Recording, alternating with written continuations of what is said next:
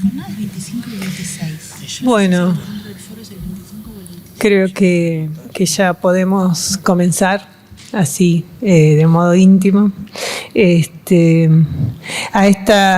Bueno, quiero darles la bienvenida. Mi nombre es Patricia Sepúlveda, soy la coordinadora del Programa Institucional de Género y Diversidad y quiero darles la bienvenida a esta segunda jornada de intercambio de prácticas, experiencias y reflexiones en docencia, investigación y extensión, que titulamos Feminismo, Mujeres y Diversidades en la UNQ, hacia una universidad feminista, diversa y antipatriarcal. Si es para títulos, no nos pongamos límites. Y bueno, para comenzar de un modo más institucional, invitamos, por supuesto, a nuestra vicerrectora Alejandra Cini, pero también a Victoria Primante, que es la coordinadora ejecutiva de la RUGE, y también es coordinadora del Programa Transversal de Políticas de Géneros y Diversidad de la Universidad de Avellaneda. Y también está con nosotros Daniela Losigio, directora del área de Género y Diversidad de Derechos Humanos de la Universidad Arturo Jauretche y además integrante de la red RUGE. Nos interesaba particularmente que ellas dos estuvieran presentes porque compartimos con ellas, creo yo, una región que tiene unas características, se tratan de universidades del conurbano que tienen características específicas y poblaciones específicas que quizá nos enriquezcan a la hora de reflexionar, creo que nos van a enriquecer a la hora de reflexionar sobre cuestiones que nos afectan y que afectan a nuestros estudiantes. Y por otra parte está aquí Gonzalo Zubia, en representación del Programa de Acción Institucional para la Prevención de la Violencia de Género de la UNQ, que nosotros cariñosamente llamamos PBG porque es como mucho más complicado el nombre completo. Bueno, dicho esto, sin más, le paso la palabra a Alejandra Cini para que, bueno, arranquemos este acto formal. ¿Qué tal? Buenos días. La verdad que es un orgullo compartir la mesa con las compañeras y el compañero. La segunda jornada, Patri, me acuerdo cuando hicimos las primeras, le decía a Patricia que la hicimos en la Rosa de los Vientos y eso nos garantizó mayor visibilidad, así que las terceras las hacemos en la Rosa de los Vientos. Bueno, yo quería compartir con ustedes algunas cuestiones, algunos números. Los que ya me conocen saben que siempre voy con los mismos temas, pero me parece que es importante hablar de la perspectiva de género en las funciones sustantivas que tiene la universidad. Y aprovecho que están las compañeras de Jauretche y de Avellaneda para compartir algunos datos, porque seguramente esto que voy a decir pasa también en las universidades de ustedes. Con respecto a la participación de mujeres, voy a abordar docencia, investigación, transferencia y extensión. Con respecto a la participación de mujeres en la función de docencia, contamos con un porcentaje mayoritario, más del 60% de docentes somos mujeres en las universidades públicas en general. Pero como ya sabemos, solamente entre el 20 y el 25% de los cargos docentes titulares estamos las mujeres. Y eso marca, yo la verdad que tenía la esperanza, estos datos los vengo siguiendo desde hace más de 10 años, cuando asumí como directora del Departamento de Ciencia y Tecnología, y yo tenía la esperanza, y siempre lo digo y no me canso de decirlo, que esos datos a lo largo del tiempo, son más de 10 años, hubieran mejorado. Pero no mejoraron. Y acá voy a ser bastante crítica, si se me permite. Y no mejoraron porque no tenemos políticas desde lo académico para promocionar a las mujeres. es así. Hay un solo ejemplo que yo conozca en las universidades públicas donde una facultad llamó a concursos de profesor asociado con la restricción de que tenían que presentarse mujeres. Fue Exactas de la UBA y ha generado un despelote bárbaro, permítame la expresión, y no recuerdo otro ejemplo más. Digo, nosotros tenemos que dar esta discusión, es lo que corresponde.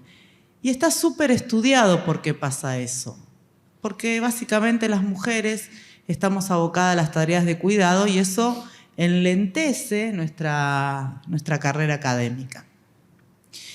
Creo que tenemos que dar la discusión en nuestras universidades y ser firmes y poder empezar a tener alguna estrategia para cambiar esos indicadores. Con respecto a investigación, en la Argentina la verdad es que cuando uno mira las estadísticas, en la época de la pandemia salieron algunas estadísticas interesantes que reportaron revistas científicas de alto impacto, donde la verdad que muestran que en la Argentina hay una equidad de género con respecto a la cantidad de mujeres y varones que hacemos investigación. Pero nuevamente, cuando desglosamos esos datos, vemos que hay una disparidad de género importante en cuanto en lo que se refiere a la posición que ocupamos las mujeres dentro de los grupos de investigación. Y en eso, aquí quiero aclarar que sí hay políticas, hay políticas claras, y en particular voy a hablar de un caso que conozco porque aparte de ser la vicerrectora de la Universidad Nacional de Quilmes, soy miembro del directorio de la agencia de I+D+I, y desde que está desde la gestión de Fernando Peirano, y esto es mérito de Fernando Peirano, cuando asumió la dirección de la agencia, fue muy claro con todos los miembros del directorio, donde nosotros teníamos que poder contemplar que para la presentación de los PICT, que básicamente es el instrumento que financia la ciencia, mayoritariamente la inversión en ciencia y tecnología, y las investigaciones las financia en la gran mayoría ese instrumento, el PICT. El PICT tenía que tener equidad de género. De hecho, en la evaluación del PICT se evalúa positivamente en una cuarta dimensión si el proyecto está dirigido por una mujer. Obviamente, en la comunidad científica, esto nos ha generado un dolor de cabeza a las autoridades de la agencia, pero bueno, a fuerza de convocatoria, estamos en la cuarta convocatoria, a fuerza de convocatorias ya quedó institucionalizado. Entonces ahí sí se vio una mejora en el impacto de proyectos dirigidos por mujeres, y la verdad es que estamos 51-49. Pero ¿qué pasa en las universidades? Hay algunos relevamientos que muestran que las universidades, la gran mayoría de las universidades públicas de la Argentina, no cuentan con una norma en perspectiva de género en los proyectos de investigación. Es decir, en las convocatorias que tenemos en nuestras universidades no hay una clara evidencia de fomentar la equidad de género en las presentaciones de estos proyectos. Y ahí, en algunas universidades, la inversión mayor está representada por el PICT, entonces como que esa normativa se diluye, pero en otras, como la Universidad Nacional de Quilmes, por ejemplo, donde los PUNC, que les llamamos nosotros, los proyectos de la universidad, son muy importantes, son representativos desde lo económico y desde la cantidad de proyectos que se presentan. Bueno, no tienen contemplado un ítem en particular que hable de esto. Y eso creo que lo tenemos que discutir también, ¿no? Digo, Patri, acá Sí, te voy es a verdad. pasar la responsabilidad de que podamos armar algunas mesas de discusión hacia dentro de nuestra institución. ¿Qué pasa con la transferencia? Bueno, ahí la transferencia sí, ahí nos fuimos al pasto. Las actividades de transferencia en casi todas las disciplinas están lideradas por varones. Eso puede ser, digo, no me cabe duda que es por la tradición, ¿no? La tradición de emprender o de realizar alguna actividad específica de transferencia está ligada al mundo, está más masculinizada que las actividades de investigación, y eso sí es alarmante. Cuando uno mira las estadísticas, ya sea de empresas incubadas en las universidades o de proyectos que manejan las unidades de vinculación tecnológica de las universidades, y las personas que están a cargo de esas unidades de transferencia son mayoritariamente varones. Y no solo en aquellas profesiones más masculinizadas, como pueden ser las ingenierías, sino inclusive en aquellas donde la proporción de mujeres y varones es más equitativa. Así que bueno, ahí también es un punto en el que tenemos que reflexionar. Con respecto a la función de extensión, la verdad es que cuando venía para acá venía reflexionando y tengo la sensación, porque no tengo los datos, tal vez porque la función de extensión es más transversal, ¿no? Tengo la sensación de que son muchas más las mujeres que estamos involucradas en proyectos de extensión que varones.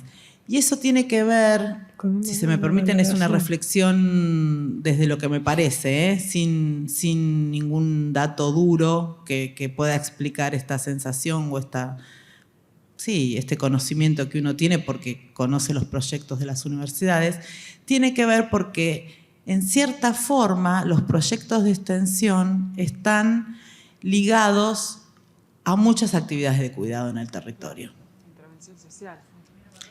Entonces, digo, bueno, ahí creo que también tenemos que trabajar en la contracara, ¿no? Es de incorporar a compañeros varones para que se sumen a realizar estas actividades.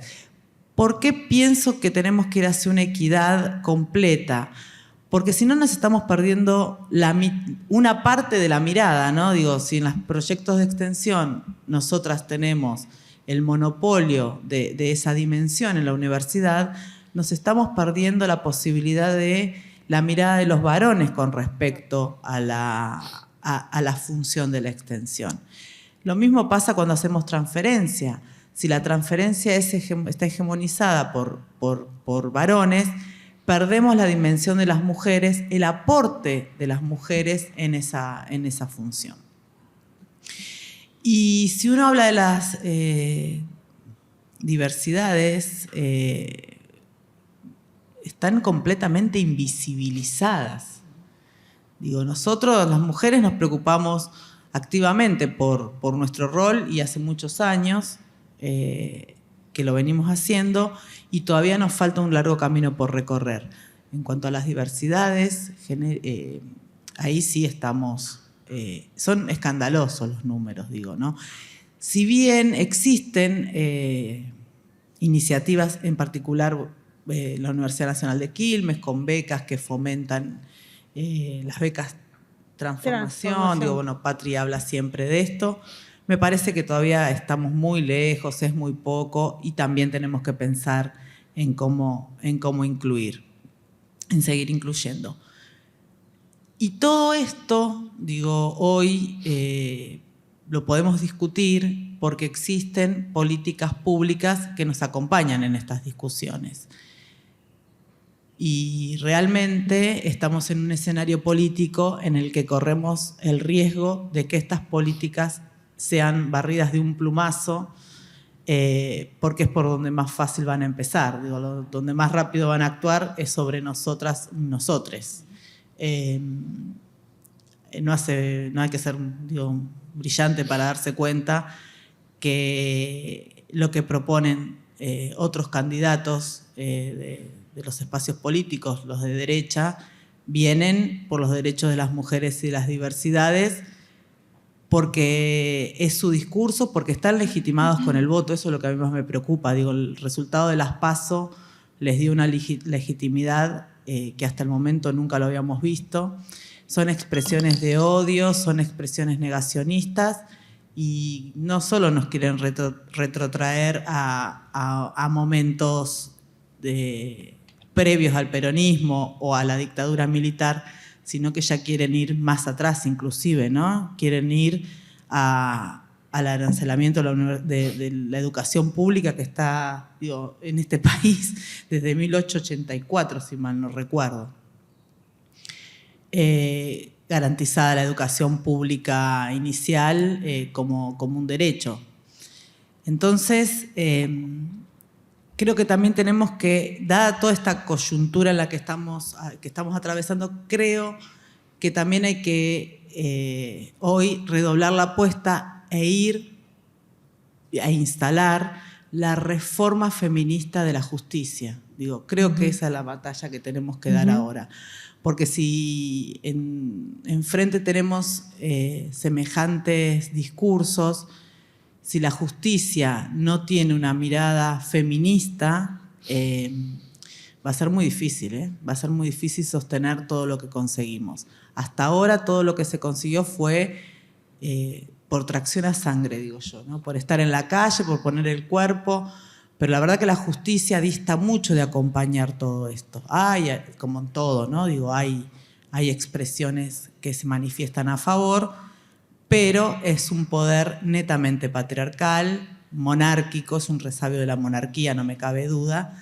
Entonces me parece que podemos estar horas discutiendo de universidades feministas, de acciones que realizamos las universidades públicas, las universidades del conurbano, la RUGE, pero si no empezamos a instalar fuertemente la reforma de la justicia, todas las batallas van a ser bastante más difíciles de lo que son hasta ahora. No tengo una mirada pesimista del futuro para nada, yo soy una persona optimista. Como ayer decía alguien en una reunión de convergencia de nuestra agrupación, de la agrupación de la universidad, de la agrupación docente de la universidad, que celebra 20 años este mes, todavía no ganaron. Ellos todavía no ganaron. Digo, me parece que tenemos que seguir militando, seguir contándole a nuestros estudiantes. Las aulas están difíciles, seguir contándole a nuestros estudiantes todas estas cuestiones que nosotros podemos discutir, que estamos discutiendo, que hace años que venimos discutiendo, y me parece que tenemos que sumar a los más jóvenes también, ¿no? Porque no podemos permitir que nuestros estudiantes de las universidades del conurbano bonaerense, y lo voy a decir sin ponerme colorada, voten a Milei. No sé, algo hicimos mal en estos años si cuando yo voy a mi clase de personas a la noche, de personas trabajadoras, primera generación de universitarios, pibes que laburan, me dicen que votan a Milei, digo, la autocrítica es inmediata. Entonces, tenemos los datos, tenemos el diagnóstico, tenemos acciones por delante que podemos proponer. Tenemos que seguir convenciendo a más personas, no solo para que acompañen nuestras luchas, sino también involucrarlas para que sean también las luchas de los más jóvenes. Digo, me parece que nosotros nos vamos quedando, van pasando los años, somos siempre los mismos, las mismas, los que estamos en los distintos lugares que nos encontramos en la calle. Bueno, hay que ponerle más garra, hay que seguir, hay que convocarlos y convocarlas. La verdad, no sé cómo. Creo que es escuchando.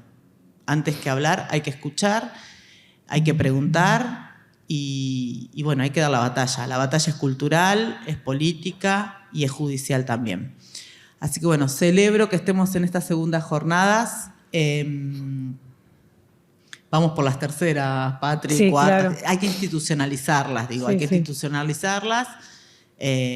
Y hay que sumar a más personas para que pongamos en acción todo lo que nos falta conquistar, pero primero tenemos que defender todo lo que conquistamos. Defenderlo y sostenerlo para después proyectarnos hacia adelante. Gracias.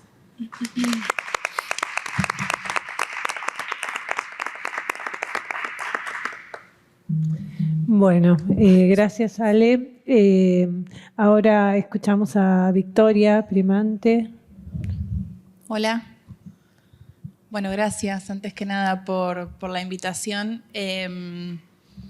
Yo tengo, creo que el privilegio y la responsabilidad de una triple representación que tiene que ver con estar a cargo del área institucional de género de la Universidad Nacional de Avellaneda, una universidad vecina, una universidad del territorio, de estar a cargo de la coordinación ejecutiva de la RUGE, y además compartimos con Dani la responsabilidad de coordinar el CEPRES metropolitano.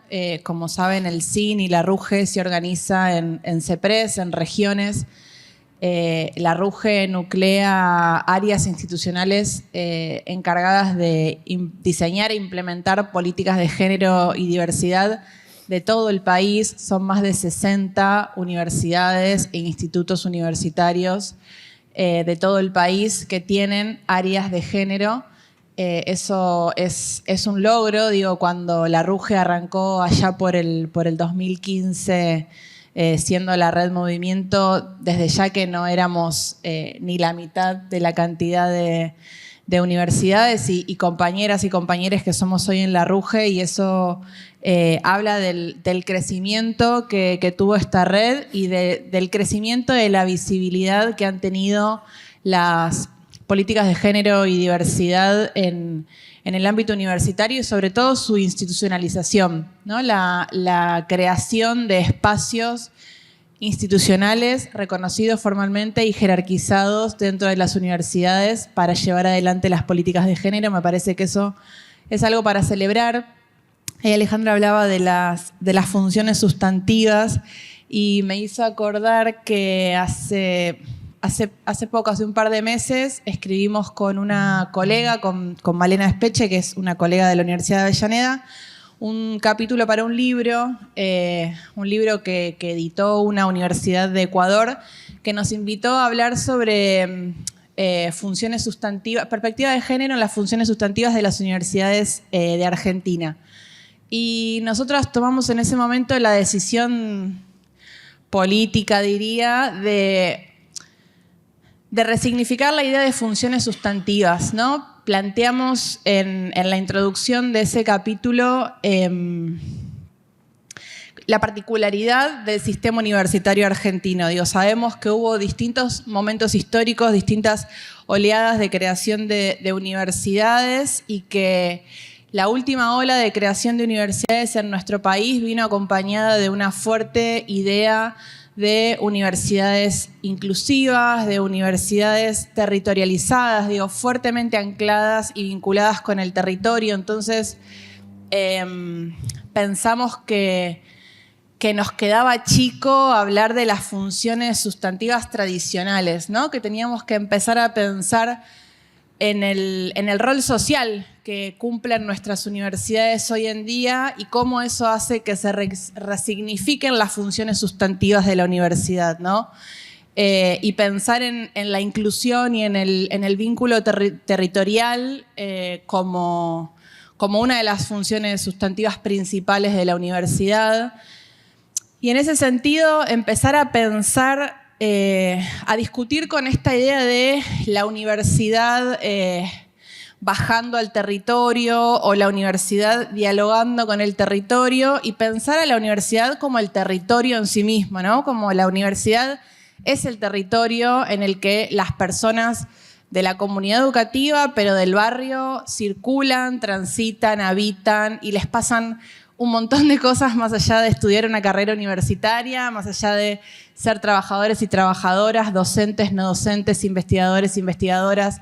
Entonces, empezar a pensar a la universidad como el territorio en sí mismo y cómo se dan las relaciones, los vínculos en ese territorio, en ese espacio, ¿no? Que no es muy distinto a cómo se dan afuera, digo, y ahí es donde cobra un sentido y una particular importancia y relevancia las tareas que desarrollamos desde las áreas de género, ¿no? Digo, si se ha construido cierto consenso respecto a la problemática de la violencia y la desigualdad y la discriminación por motivos de género por fuera de las paredes de la universidad, si pensamos a la universidad como el territorio, digo, no hay posibilidades de discutir la existencia de un área institucional encargada de implementar políticas para la igualdad de género, contra la discriminación y contra la violencia.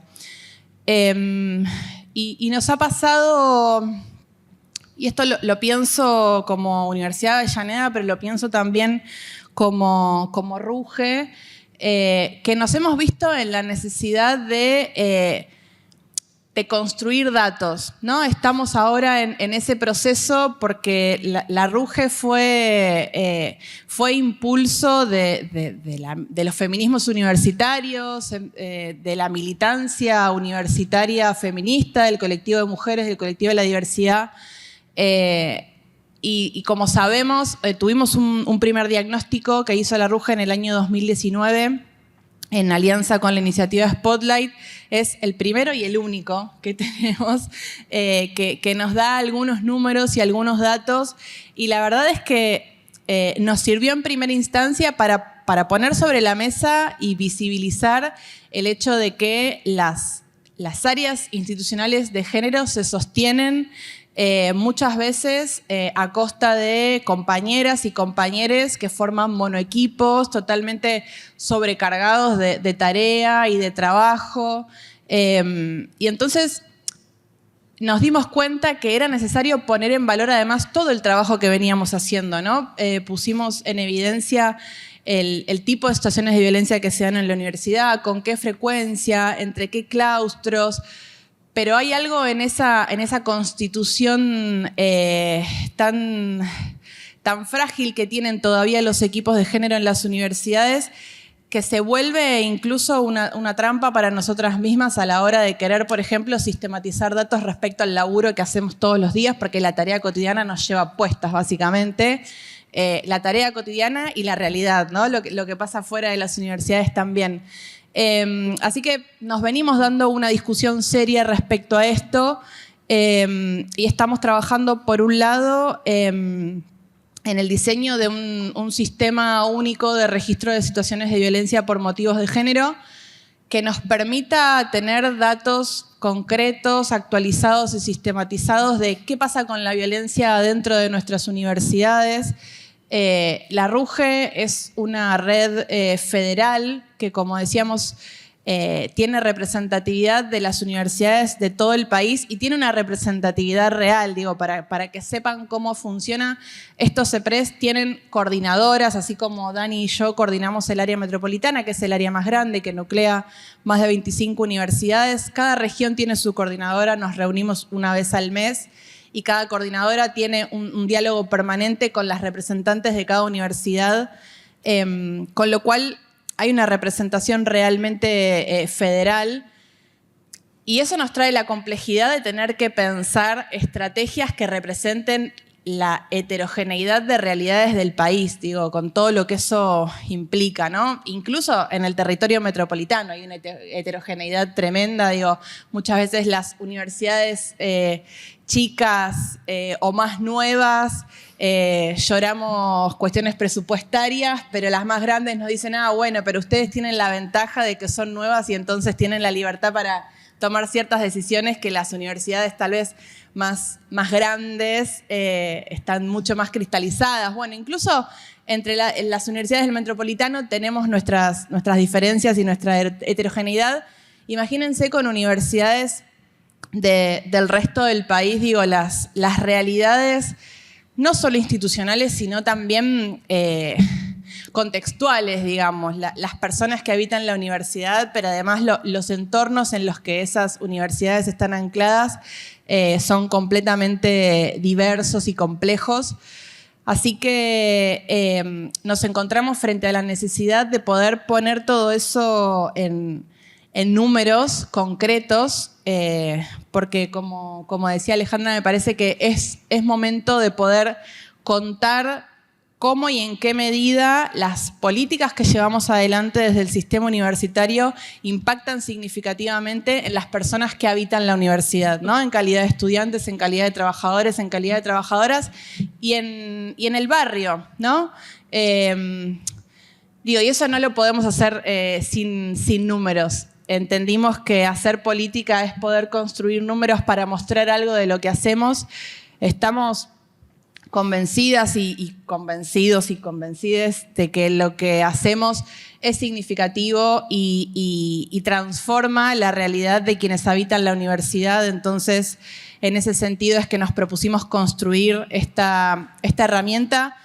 Pero como saben, la violencia es solo uno de los temas sobre los que venimos trabajando en el sistema universitario, con lo cual nos propusimos además generar un relevamiento de políticas de género del sistema universitario, ¿no? No solo para hablar de violencia, sino para hablar de todo lo otro que hacemos como áreas institucionales de género del sistema universitario. En general nos pasa que cuando queremos tener algún dato, armamos rápidamente un Google Form y lo empezamos a circular por mail y siempre nos estamos preguntando de cero, ¿cuántas aprobamos el cupo? ¿Y cuántas tenemos ludoteca? ¿Y cuántas? Y entonces dijimos, bueno, es necesario ordenar todo eso, sistematizarlo, primero para nuestro trabajo cotidiano, pero además para poder mostrarlo, porque cada vez que nos juntamos y cada vez que ordenamos esos números, nos sorprendemos a nosotras mismas de todo lo que hacemos y del peso y de la importancia que tiene eso, porque trabajamos día a día con personas que nos hacen devoluciones increíbles y magníficas de la importancia que tienen esas políticas para su permanencia y su transitar en la universidad. Y entendemos que eso tiene que ser contado. Digo, si queremos convencer gente, coincido en que ahora hay un discurso ahí dando vueltas de que el feminismo está de modé o es piantavotos o que no es momento para hablar de feminismo o de política feminista. Yo no coincido para nada con esa idea. Creo que justamente ahora y más que nunca tenemos que poder dar cuenta del impacto y de la importancia que tienen nuestras políticas y nuestro trabajo diario en la vida de las personas que habitan el territorio que es la universidad. Y para eso, una de las formas, más allá de seguir laburando y militando, es construir números concretos que nos permitan mostrar esa realidad. Pienso un poco en línea con lo que planteabas vos de la necesidad de una reforma judicial feminista. Recuerdo a la querida Dora Barrancos planteando la necesidad de una reforma universitaria feminista. Me parece que una cosa va muy, muy en línea con la otra. Digo, obviamente entiendo que compartimos y adherimos quienes estamos acá, que ya es momento y es necesario de pensar en una nueva reforma universitaria y que esa reforma universitaria, como dijo Dora, tiene que ser feminista. Y para eso estamos trabajando y para eso es importante generar este tipo de encuentros que nos permitan, ojalá pronto, intercambiar estos datos que venimos trabajando en construir. Como saben, quienes formamos parte de la RUGE, lo hacemos, además de todo el trabajo que hacemos cotidianamente, digo, no es un trabajo, es pura militancia y convicción, así que muchas veces y sobre todo en momentos tan difíciles, sostener esos espacios se vuelve complejo, pero entendemos que es vital, porque son los espacios que nos han sostenido en los momentos más difíciles, ¿no? Y más...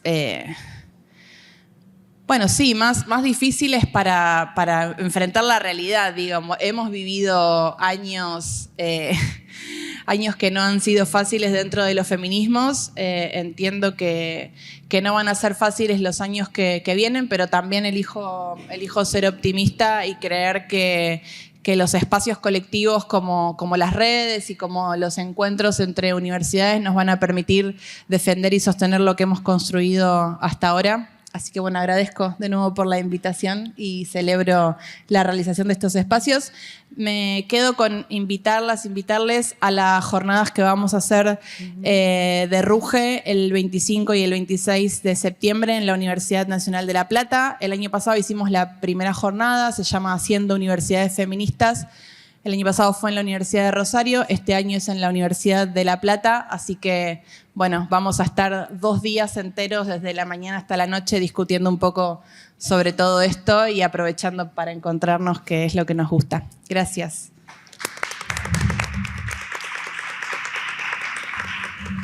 Bueno, ahora le toca la palabra a Dani. Sí. Bueno, muchas gracias. Voy a ser breve porque por suerte Vicky siempre es tan organizada y habla tan bien. Y Ale también. Les agradezco mucho la invitación, especialmente a Patricia y Alejandra. Yo me siento en casa, acá en la Universidad de Quilmes, soy de Quilmes. Trabajo en la Jaureche, como decía Patria hace un ratito. Alejandra fue docente de la Jaureche, me enteré el otro día. Sí. Estuvimos juntas el sábado en el encuentro regional de mujeres y diversidades. Y de hecho te mandó saludos el rector. Arnaldo. Bueno, así que yo me siento en casa, bueno, con Gonza también, digamos que es un poco un co-coordinador del CEPRES Metropolitano, siempre Gonza nos ayuda mucho a Vicky y a mí. Así que eso, muy cómoda, muy en casa. Les voy a contar un poco sobre cómo funciona el CEPRES Metropolitano y un poco lo que venimos haciendo en el CEPRES Metropolitano con Victoria. Y con Patri también, porque Patri representa a la Universidad de Quilmes en el CEPRES Metropolitano. Ahí lo que, digamos, hay una serie de políticas que, bueno, por supuesto, cada universidad con su autonomía desarrolla. Ahora, también dentro de la RUGE incentivamos en distintas etapas distintas políticas, ¿no?, de género. Eso probablemente ustedes lo conocen, pero bueno, por supuesto, al principio quizás el punto, digamos, de partida de la red, que, bueno, es cierto, digamos, una red que no era la RUGE, digamos, después se oficializó como RUGE en el CIM, tenía que ver con la implementación de protocolos, es decir, con ver cómo las universidades implementábamos la 26485, ¿no? Así que los protocolos es como la primera política que llevamos adelante articuladamente desde la RUGE, que por supuesto, digamos, es una red, las universidades tienen su autonomía, pero tiene eso, digamos, me parece potente la RUGE, ¿no? Que a pesar de que venimos de lógicas, digamos, y de tradiciones de autonomía universitaria, la red tiene, digamos, una preocupación por trabajar articuladamente, porque solo en red, digamos, las feministas sabemos muy bien que solo en red podemos llevar a término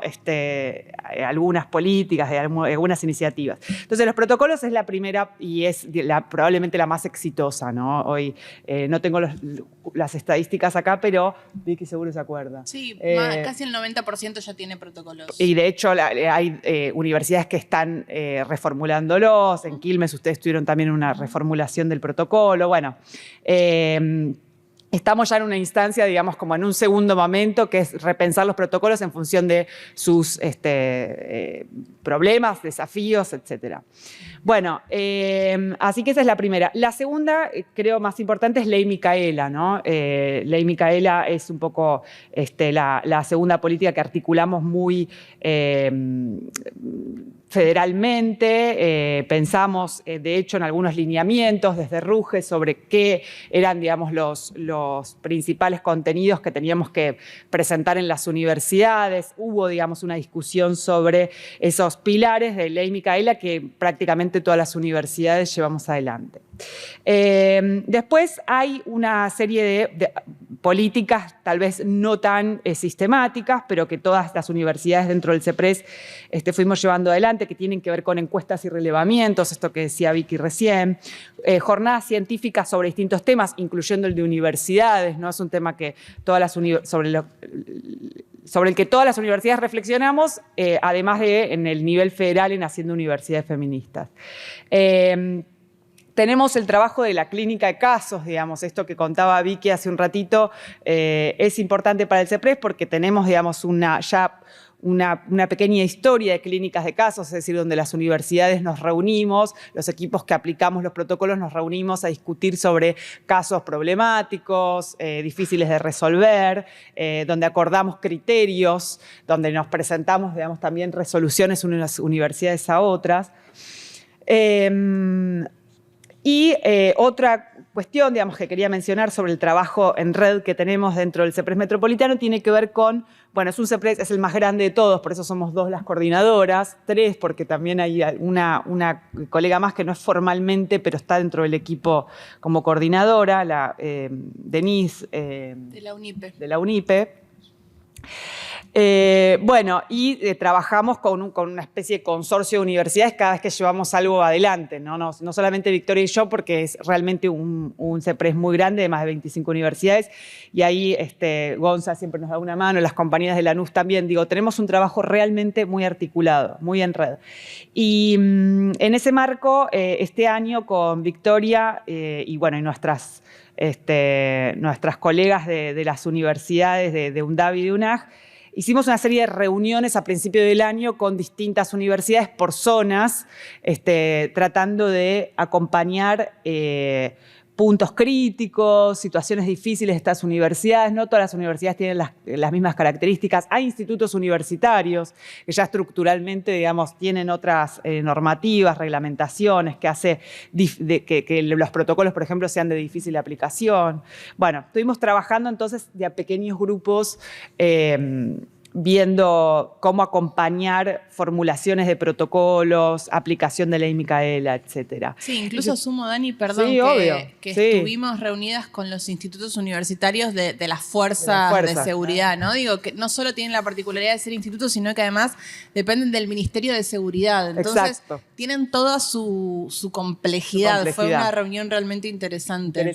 Fue sí, rarísima. Sí. Rarísima porque veníamos con Victoria de juntarnos con las distintas universidades y, bueno, cafecito, un poco, digamos, acá estamos en una mesa muy formal, pero digamos, nos sentimos en confianza, ¿no? Y bueno, sí, llegamos a una reunión en que había un montón de gente uniformada, gente sirviéndonos café. Al Instituto de la Gendarmería, y eran todas personas vestidas de gendarmes, y dijimos, ¿será acá? Sí, y muy comprometidas también, ¿no? Sí. Pero bueno, realmente una dinámica que no conocíamos. Así que bueno, yo simplemente quería comentarles algo sobre, digamos, los desafíos que tenemos, y no quiero repetir cosas que ya dijeron Ale y Victoria, pero evidentemente, digamos, tenemos un desafío en estas cuestiones que tienen que ver con las segregaciones vertical y horizontal dentro de las universidades. Los números siguen siendo, como decía Ale, preocupantes. No han mejorado muchísimo a pesar del esfuerzo de transversalización de la perspectiva feminista que estamos haciendo desde las universidades. Hay leves mejoras en algunas cuestiones, en términos, por ejemplo, de segregación horizontal. Con esto me refiero a la generización de determinadas carreras. Esos números no mejoraron en los últimos tiempos y bueno, son, digamos, desafíos que tenemos, ¿no? Es cómo revertir esos números que tienen que ver, sí, con segregación vertical en términos de quiénes son titulares de materias, coordinadores, adjuntes y los cargos de jerarquía, ¿no? El caso de Alejandra es un caso especial. La mayor parte de rectores y vicerrectoras son varones. Pasa, por supuesto, las secretarias académicas son mujeres, digamos, los datos los conocen, no solo los de la SPU de casi todos los años. Algunos mejoran, pero lo cierto es que siguen siendo datos que llaman la atención. Tenemos que trabajar, digamos, en el incentivo de los estudios en ingenierías, en disciplinas llamadas duras, de mujeres, así como también incentivar la participación de los varones en la intervención social, en la salud pública, en la educación. Ahí tenemos un desafío. Después, como decía Victoria recién, de estos relevamientos que fuimos haciendo desde RUGE, lo que notamos es que, por supuesto, la mayor parte de las situaciones de violencia de género en las universidades tienen que ver con la violencia simbólica, los micromachismos, ¿no? Todas estas cuestiones, desde lo personal, creo que se revierten con la transversalización de la perspectiva feminista. Esto es un título muy grande para algo muy sencillo para algo muy complejo, muy complejo, y que bueno, por supuesto Ley Micaela acá es la protagonista, ¿no? Es con Ley Micaela, yo creo que transversalizamos la perspectiva, pero bueno, hay mucho más para hacer digo, por ejemplo, no sé, cursos de formación docente, formación no docente, currículum oculto, digamos, ¿no? Hay que tratar de que la perspectiva feminista aparezca en los programas de las materias. Y bueno, y lo cierto es que encontramos algunas dificultades en la aplicación de Ley Micaela. Yo tengo un trabajo cualitativo muy chiquito hecho sobre 3 universidades del conurbano bonaerense, pero digamos, hay cuestiones que tienen que ver con cómo la aplicación de Ley Micaela se complica con la virtualidad. No es lo mismo ofrecer, y la pandemia en el medio, ¿no? Cursos de Ley Micaela con virtuales que presenciales. Digamos, no se da una dinámica de taller que las feministas fomentamos desde la pedagogía feminista. Y dentro de los cursos de Ley Micaela aparecen, también, digamos, como surge un estudio muy chiquitito que hicimos, pero no una resistencia muy grande, digamos, o sea, esperábamos que dictar los talleres de Ley Micaela y que nuestros compañeros nos dijesen de todo, y bueno, salieran corriendo, gritaran, no sé. Pero no sucedió eso la mayor parte de las veces. Lo que sí notamos es que es muy difícil que los colegas, lo digo masculino, pero también pasa muchas veces con las compañeras, identifiquen el machismo, digamos, adentro de la casa, ¿no? En general es, bueno, el machismo está afuera. Yo conozco un caso de un vecino que golpea a la mujer, pero no es nunca, digamos, como una mirada interna. Eso es muy difícil, ¿no? Que dentro de estos cursos, de estos talleres, aparezca la autocrítica. A todos nos cuesta, digamos, a nosotras nos cuesta también, ¿no? ¿Por qué no les va a costar a los compañeros que tienen sus primeros acercamientos con el feminismo? Y después, bueno, muchos sentidos comunes, ¿no? Cuando hablamos de, por ejemplo, de por qué se da la segregación horizontal, por qué las mujeres estudian educación, enfermería y los varones ingeniería. Bueno, porque las mujeres son mejores para los cuidados, digamos. Bueno, aparecen estos sentidos comunes, estas naturalizaciones y estos estereotipos que son muy difíciles de revertir. Lo que sí genera una gran resistencia es el lenguaje inclusivo, ¿no? El lenguaje inclusivo es una cosa que la gente se vuelve loca. Pero es lo único que realmente identificamos en estas 3 universidades, que son UNA, Junpaz y Sarmiento, que bueno, que sí genera terrible resistencia, que se van enojados y por qué hablan así. El tema del lenguaje inclusivo como un lenguaje impropio, ¿no? Como si fuera un insulto, como hablar mal, decir malas palabras y usar lenguaje inclusivo es medio lo mismo. Y después, por supuesto, una gran indiferencia, algo que hablábamos con Patricia hace un ratito, ¿no? También está eso, bueno, el que viene al curso de Ley Micaela y que le pasa por el costado y no pasa nada. Bueno, hay que trabajar, obviamente, sobre revertir estos puntos nodales que generan, digamos, dificultad en la transversalización de la perspectiva feminista. Creo también con Alejandra que solamente podemos pensar en ir para adelante puramente en un contexto de un gobierno popular, evidentemente, ¿no? El otro día Massa en un acto anunció el aumento del presupuesto para educación, un aumento importante, una ley de aumento del presupuesto educativo, que para las universidades promete ser del 1,5% del PBI, digamos. Bueno, obviamente esto en un contexto en que hay una persona hablando de que hay que privatizar la educación, un candidato, y otra candidata que evidentemente, digamos, suponemos que continúa con el modelo que tuvimos de 2015 a 2019, un modelo, digamos, de disminución del presupuesto educativo, donde también se subejecutó el presupuesto para el plan de acción el que era en ese momento el Instituto de las Mujeres, se redujo el presupuesto para la educación sexual integral, y digamos, con una gran permeabilidad también de los discursos de derecha, antiderechos, como suele decirse dentro de la militancia feminista. Bueno, digamos, evidentemente en otro contexto que no sea el del gobierno popular, que esperamos, vamos a estar mucho más complicadas. Así todo, Como decía Victoria, del 2015 al 2019, paradójicamente, en un contexto muy adverso, crecimos, ¿no? Los feminismos dentro de las universidades en un montón de sentidos. Jerarquizamos instancias, la mayor parte de las veces muy voluntaristamente, ¿no? Porque eso es lo que también nos pasa, pero así todo crecimos. Crecimos porque creció la militancia, creció el discurso feminista, creció la lucha feminista en las calles y, bueno, pudimos crecer, crear la RUGE, generar instancias de discusión. Así que, bueno, creo que eso, que nos toca en este momento. Coincido con Victoria en que no es un mal momento para hablar de feminismo, que tenemos que encontrar la forma de hacerlo, pero que en este momento nos toca acompañar, lo digo también así brutalmente, pero acompañar la propuesta que está hablando de que necesitamos instancias de igualación en las universidades, en las escuelas, que necesitamos instancias para políticas de cuidados integrales que nos permitan a las mujeres desarrollarnos profesionalmente en la investigación, en la transferencia, en la vinculación, y que nos está prometiendo un aumento del presupuesto educativo, ¿no? Esto me parece que es lo que nos toca en este momento, sin dejar de ser, de abandonar las banderas feministas. Bueno, muchas gracias.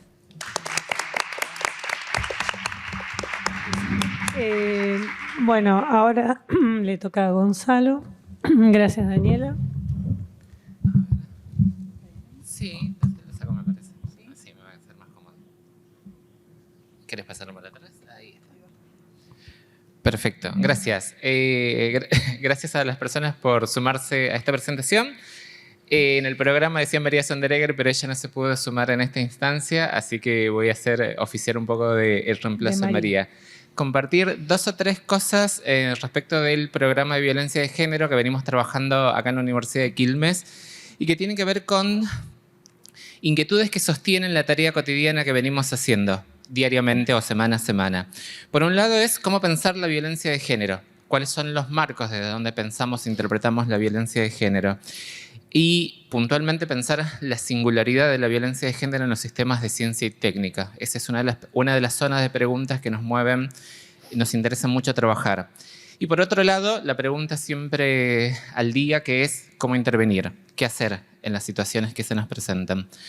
Respecto de la primera zona de preguntas de cómo pensar la violencia de género, reponer cada vez que damos clase, cada vez que damos una conversación, cada vez que dialogamos, reponer cierta perspectiva propia de esta universidad que tiene una larga, extensa trayectoria de investigación en géneros y derechos humanos, que tiene que ver con el surgimiento un poco de la creación de la universidad al calor de la primera parte de la democracia, fines de los 80, principios de los 90, que tiene que ver con las agendas de investigación de ese momento, donde universidades como Quilmes o Lanús empezaron a trabajar mucho género y derechos humanos.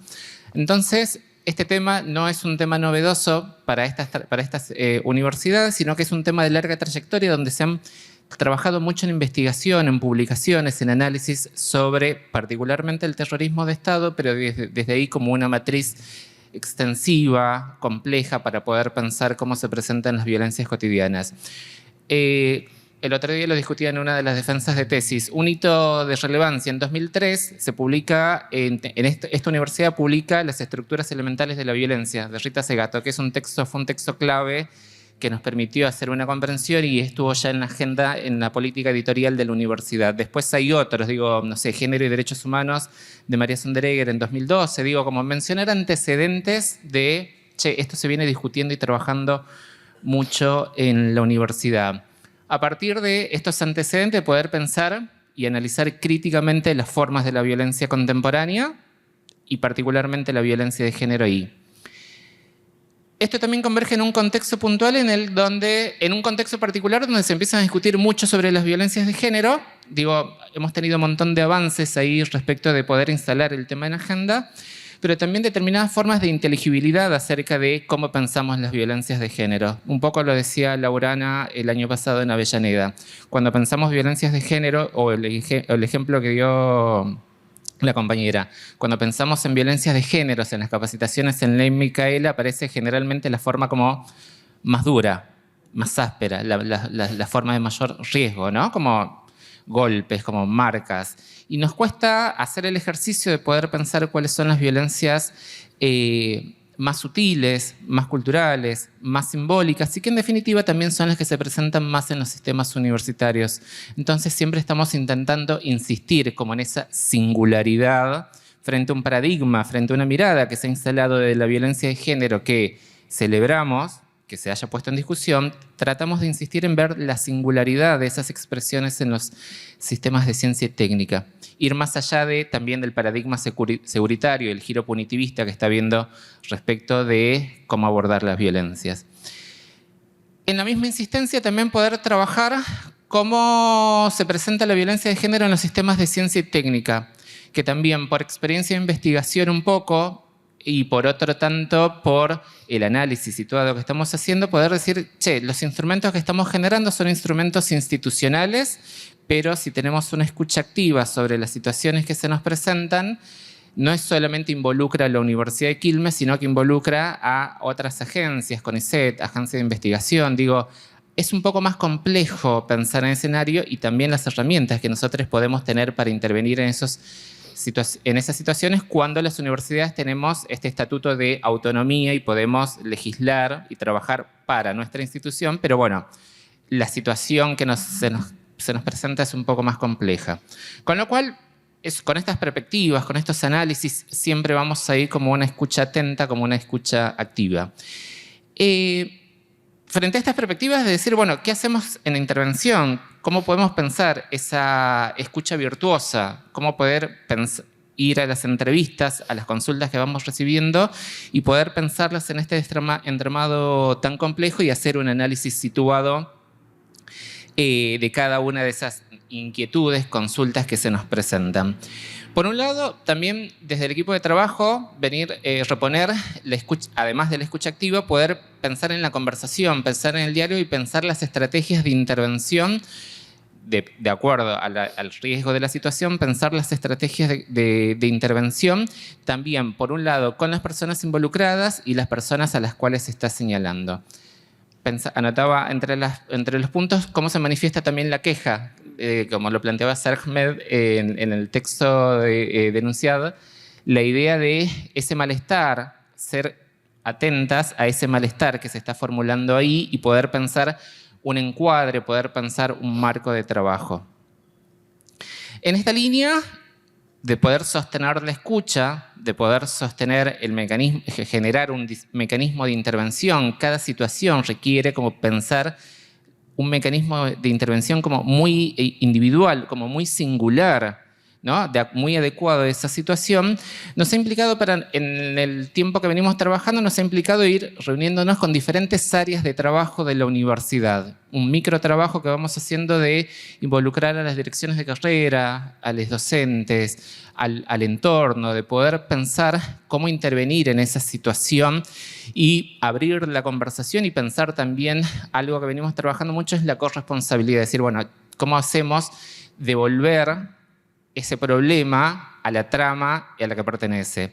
Y devolverlo no solamente en términos de establecer corresponsabilidades, sino también de la importancia de generar ciudadanía universitaria, de poder devolver esa situación, ese episodio que se presenta como violento, devolverlo en un marco de ciudadanía universitaria. Es una falta a la convivencia universitaria. No es, además, tiene un rasgo específico, tiene un rasgo singular de género, pero poder pensarlo dentro de la trama normativa comunitaria. Con lo cual también nos implica en cada una de estas conversaciones, en cada una de las clases en las que participamos, reponer cuáles son los marcos de convivencia que estamos teniendo dentro de la universidad. Como trabajadores, como trabajadoras, como personal administrativo y de servicio, el estatuto docente, los reglamentos de investigación, reglamentos de convivencia, o sea, reponer y de algún modo devolver también la responsabilidad de las personas a las personas que tienen que poder llegar a saber cuáles son los mecanismos y cuáles son los marcos en los que están trabajando, ¿no? Es problematizar la situación y poder pensarlas. En varias situaciones nos han planteado diciendo, bueno, yo no conozco tal cosa, yo no conozco el protocolo. Me acuerdo que una de las situaciones iniciales que planteamos a veces en la Micaela es, no sabía del protocolo. Cuando nos virtualizamos en 2020, todas las nuevas aulas virtuales tenían el link del protocolo ahí, o sea, como diciendo, che, es parte de la responsabilidad construir ciudadanía, son partes de tus obligaciones también dentro de la institución. Entonces, este mecanismo de trabajo, esta forma de trabajo, de resocialización, de poder pensar el problema conjuntamente, forma parte de las estrategias que venimos teniendo para poder ir abordando la situación y generar, esto lo hacemos desde una orientación no punitiva, digamos, de poder pensar y trabajar y corresponsabilizar a las distintas partes. Entonces, un poco, este es el trabajo, esta es la perspectiva y este es el trabajo que venimos haciendo acá en Quilmes.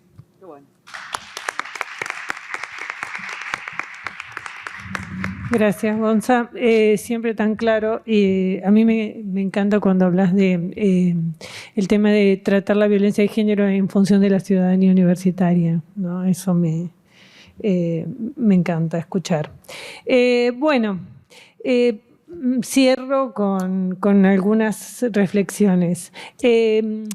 Una de las cosas que Dora Barrancos dijo en la primera charla que tuvimos en 2019 para máximas autoridades sobre Ley Micaela fue que para terminar con la estructura patriarcal, lo primero que hay que hacer es darse cuenta que esa asimetría atraviesa todo el ajetreo universitario y que promueve mayores condiciones de posibilidad para los varones y menores para las mujeres y diversidades. Y eso me parece que es importantísimo porque a pesar de todo lo que nosotros hacemos, hay mucha gente que puede fingir demencia y decir no conocer, ¿no? Como esto, no conozco el protocolo. Una de las cosas que nos dimos cuenta con los cursos de Ley Micaela fue justamente que algo que estaba claramente institucionalizado, creado por el Consejo Superior en 2016, en 2020, aún hoy, 2023, hay gente que dice, no, yo no lo conozco. Y hay un botón en la página de la universidad que te lleva el protocolo. Digamos, no, vamos. No es complicado de buscarlo, pero está en las salas virtuales, pero está en la página general de la universidad. Hay un botón gigante que dice programa de prevención. De hecho, yo siempre voy ahí para buscar el nombre porque nunca me lo acuerdo completo. Por favor.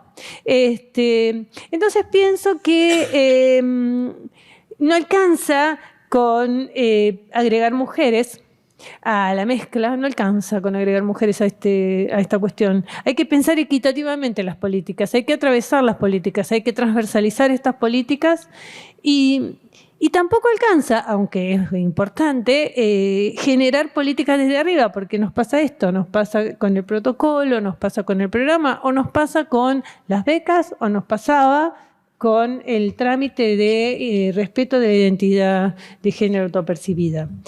Digo, nos pasaba y voy a poner la nota, en un ratito voy a poner la nota positiva. Me parece que, y fundamentalmente nosotras por lo menos apostamos a la política. Creo que para transversalizar la política de género hay que apostar a conmover y convencer a las compañeras y los compañeros con los que diariamente construimos la universidad y convencerlos de que una universidad sin discriminaciones es posible y que es un derecho fundamental, que sí, implica revisar privilegios, sí, efectivamente. Si vamos a ir a un sistema más equitativo, que reconozca las desigualdades que afectan a las mujeres y bueno, sí, muchacho varón, vas a tener que resignar tus privilegios, en cierta medida, pero en función de la construcción de un derecho humano fundamental y universal. Digámoslo así. Y entonces nos vamos a dar cuenta de estas pequeñas cosas que a veces nos pasan desapercibidas, como que, bueno, ya no va el ninguneo, ya no va que cuando la compañera habla, yo no la escucho, habla el compañero, repite lo mismo y levanto la palabra del compañero, ya no va la subestimación de decir, mira las palabras que está diciendo, ya no va dejar de lado comunicación, ya no va a hacer comentarios, comunicaciones o chistes que incluyen el condimento sexista. Ya no va, compañeros, ya no va, compañeras, porque también tenemos que revisar nuestras propias asunciones.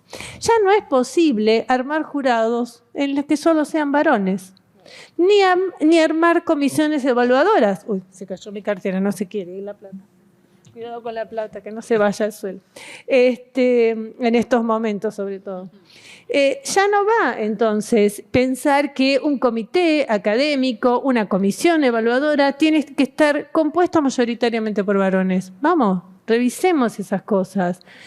Y ahí entramos porque además ya no va a pensar reuniones científicas o tareas que tengan que ver con extensión que no consideren las tareas de cuidado. Es algo que estuvimos hablando mucho con Alberta, estuvimos trabajando. Realmente a mí me parece muy, muy importante lo que ya se hacen en los programas de incubación de extensión universitaria, que es pedir que los programas y los proyectos tengan perspectiva de género. Y para que quede claro qué es lo que tiene que tener perspectiva de género, le agregan indicaciones. Justamente hoy, antes de entrar, hablábamos de, bueno, profundicemos para que entiendan que no es agregar mujeres y que tampoco en hotelería está bueno que vos digas, bueno, este programa considera a las mujeres porque como las mujeres son más hospitalarias, entonces este programa hace pie en esa condición femenina. No, bueno, ayudar a los compañeros y las compañeras que lo hacen con muy buena voluntad a entender que no hay que la maternidad no es destino, que la biología tampoco, y que no hay ninguna condición que venga incrustada en estos cuerpos sexuados que constituimos. Entonces yo me planteaba el año pasado, la primera jornada, este año la segunda jornada, y me planteaba en qué momento feminista nos agarra esta segunda jornada. Y la verdad que nos agarra bastante menos alegres que la jornada anterior. Porque independientemente de que tenemos un gobierno nacional y popular que se ha visto afectado por las 7 plagas de Egipto y alguna más, que en aquella época no estaba, en la Biblia no existió,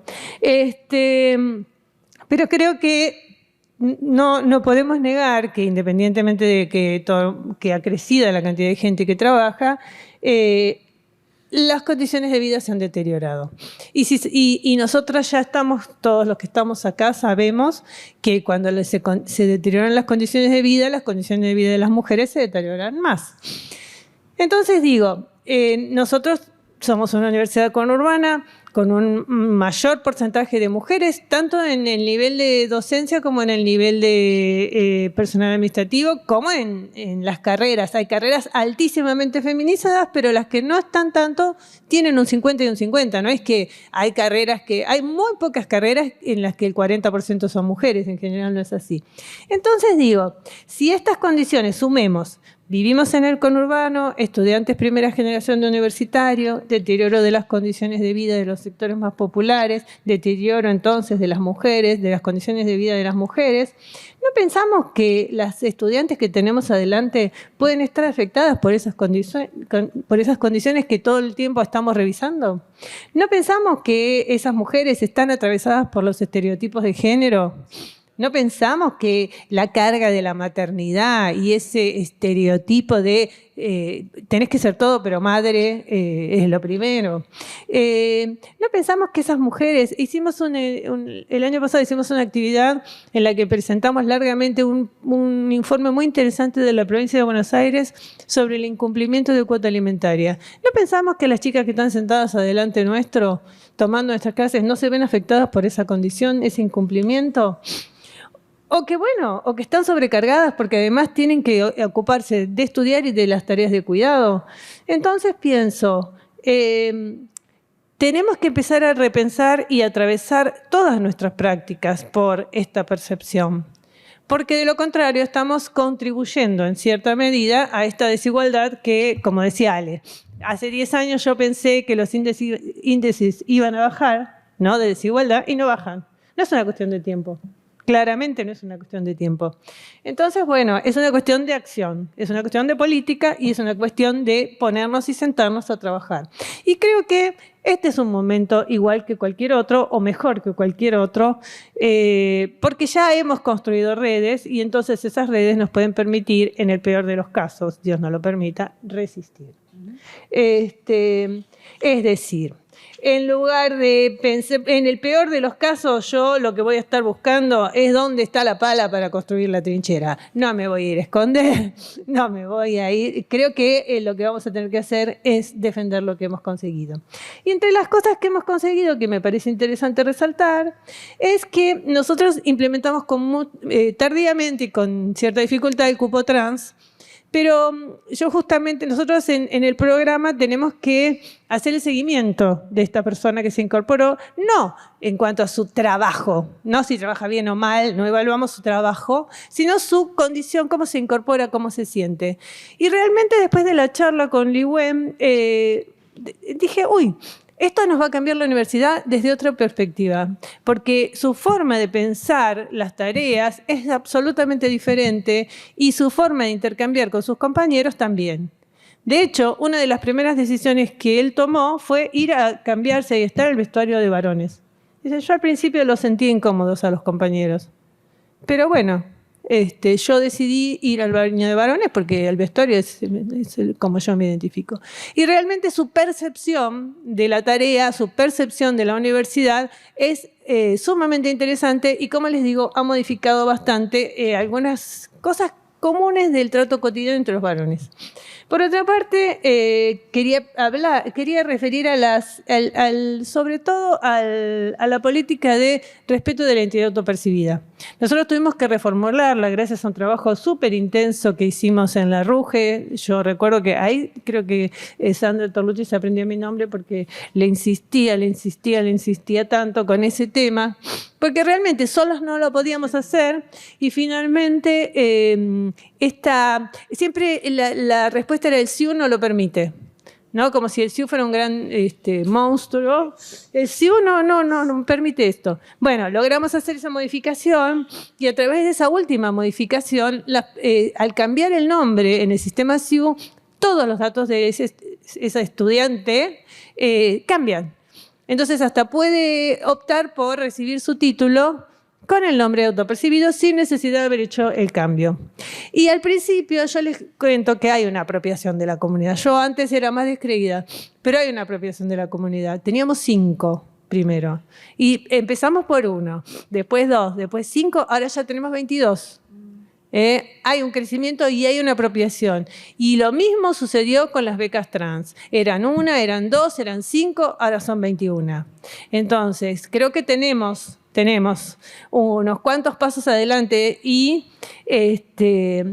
yo creo que tenemos que fortalecer esas políticas porque estamos frente a uno de los candidatos, la otra ni siquiera lo dice, pero ya lo probó, que solo con sangre entra a su proyecto, que es Patricia Bullrich, pero el que está como mejor posicionado tiene una estructura discursiva, argumental y propositiva misógina, ¿no? Que cree que todo se puede comprar y vender, menos el útero de las mujeres. ¿No? Lo dijo Dora el otro día y me pareció fantástico, porque el aborto no. O sea, vos sos libre de hasta privatizar la vereda, pero no el útero. Cuidado, no podés decidir sobre ese tema. Y bueno, y frente a esa situación, las vamos a invitar, hemos charlado con Silvia Núñez, que está acá sentada, las vamos a invitar porque hay una movilización el 28 de septiembre, levantamos una actividad que teníamos y el 28 de septiembre vamos a marchar a la Plaza de Mayo, así que vamos a invitar y vamos a pasar un listado en las mesas como para que nos vayamos sumando y pongamos el cuerpito en las calles. Pero independientemente de todo este panorama que tanto nos preocupa, nosotras no resignamos la alegría, no resignamos el arte y vamos a tener en esta muestra presentación de libros que se hace mañana, ¿no? De Lucía Sirmi. Vamos a tener muestras gráficas. Hay una muestra hermosísima que está en las aulas 200 que se llama Retratos en Marcha, es hermosísima, es súper colorida. Y por acá tenemos un taller de arte gráfico, tenemos gráficas feministas que están en esta parte, que están muy lindas. Y mañana van a tener a Ailén Posamay, que todos la conocen, haciendo serigrafías. Así que, chicas, no resignemos a la alegría, sí, a las 15, te cuento. Tráiganse las remeras porque las van a poder imprimir.